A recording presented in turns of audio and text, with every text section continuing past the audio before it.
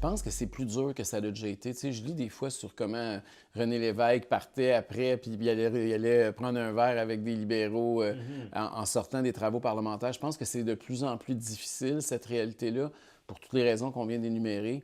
Puis c'est sûr que, tu sais, vous parlez de la plainte, par exemple, du Parti québécois qui nous accuse. Moi, j'ai distribué mon livre dans Arthabasca pendant une élection partielle.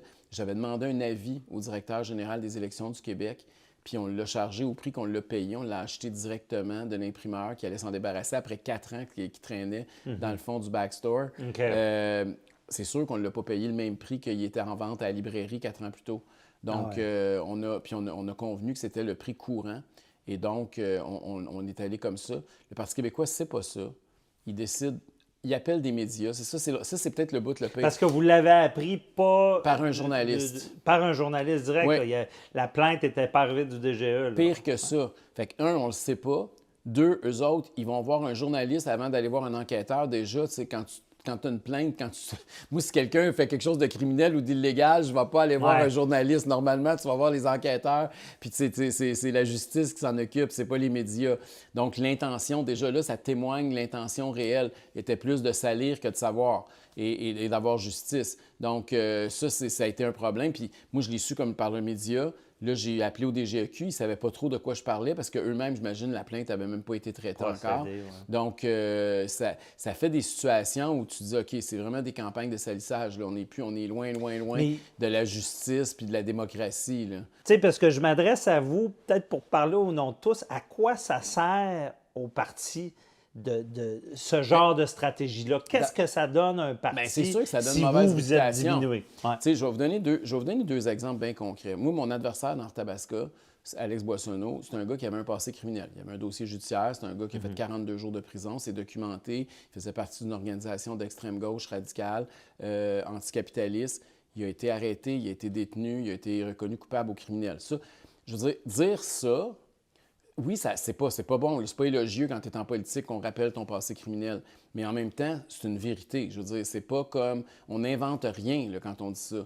Quand tu accuses des gens, puis tu vas voir des journalistes, puis tu dis qu'il y a de la fraude, alors qu'il n'y a même pas d'enquête d'ouverte, bien là, tu es ailleurs. Là.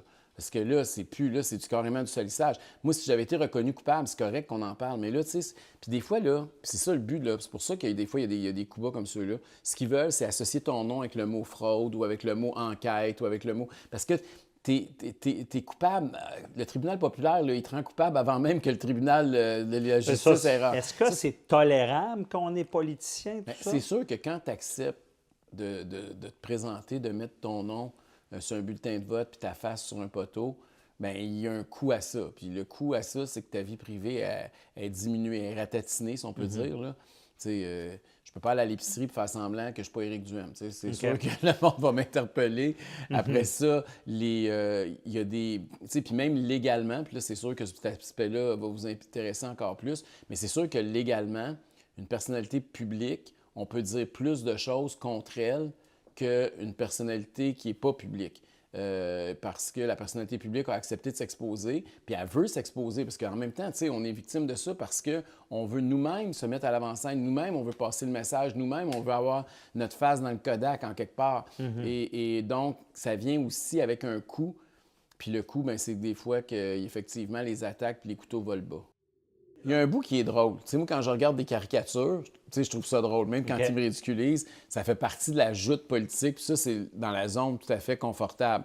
Mais quand tu vas sur les réseaux sociaux, puis que là, tu reçois des menaces de mort, puis que là, tes proches, tes parents, tes amis voient ça, là, c'est une autre game. Parce que vous n'avez reçu. Oui, puis encore récemment, là, puis là, tu te dis, OK, là, puis qu'est-ce que je fais avec ça? Est-ce que je prête attention à celles et ceux qui me menacent de mort? Est-ce que je leur donne... Parce que c'est des trolls, là. Eux, ils veulent de l'attention. En quelque part, tu les nourris si tu commences à les exposer. Puis souvent, ils n'ont pas le courage d'afficher leur vrai nom ou leur vraie photo. Hein? C'est souvent des comptes anonymes ou pseudo-anonymes. Donc, c'est... Puis le fait d'avoir aussi des réseaux sociaux, je ne sais pas si vous vous rappelez de cette niaiserie, là, mais il y avait un candidat de la CAQ à Rimouski qui était parti avec ses chums dans le sud pour une semaine là, en vacances. Puis il était allé aux toilettes pendant un party. Puis il y a quelqu'un qui est rentré avec un cellulaire, puis il a pris une photo de lui sur la toilette. Puis là, c'est devenu la craque de la CAQ. Pendant l'élection, ils ont sorti la photo, puis écoutez, ça fait des années, puis tout le monde en parle encore à l'Assemblée nationale.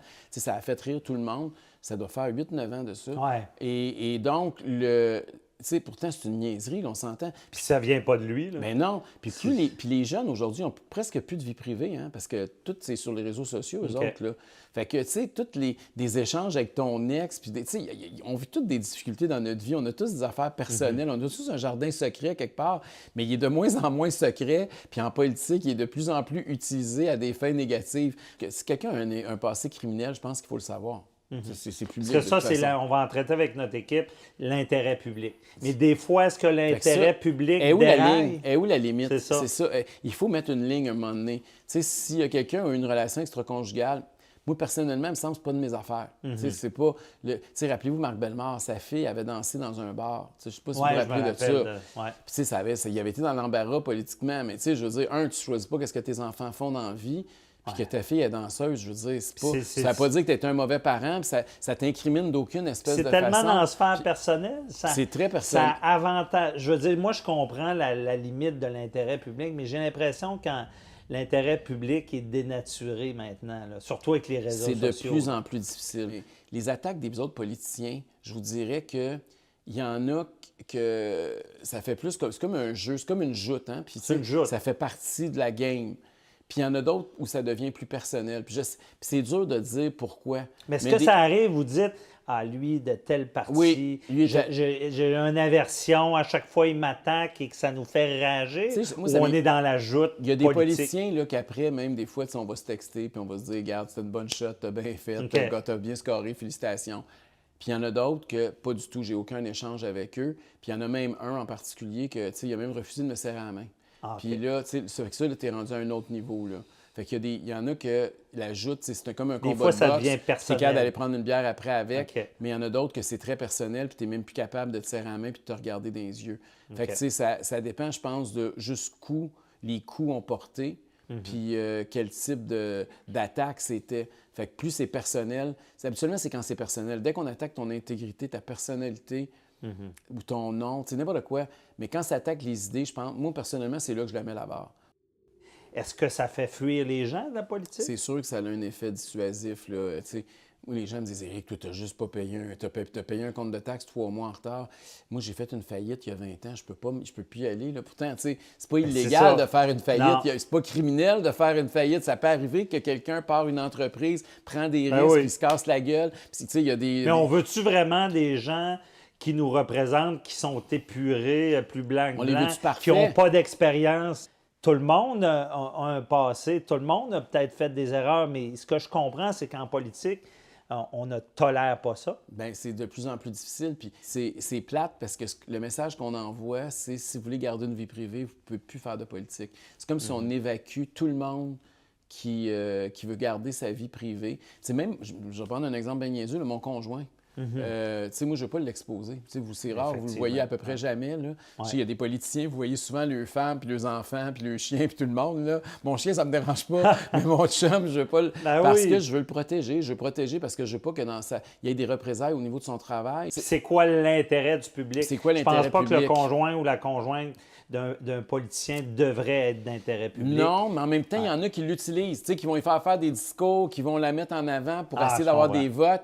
Fait que là, c'est dur après ça de dire non, vous ne pouvez pas l'attaquer. Tu sais, c'est pour ça que c'est toujours une zone grise. Hein? C'est difficile de mettre une ligne claire. Puis c'est pour ça que j'ose pas. Tu sais, je ne suis pas tranché là-dedans parce qu'il y a beaucoup de gris.